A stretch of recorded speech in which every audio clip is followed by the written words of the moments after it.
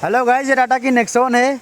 इसमें जो AC duck लगा होता है तो उसमें जो ऊपर वाला फ्लैप होता है वो फ्लैप मोड चेंज करने पर नॉइज़ कर रहा था, तो हम लोगों ने पूरा डैशबोर्ड ओपन कर लिया है।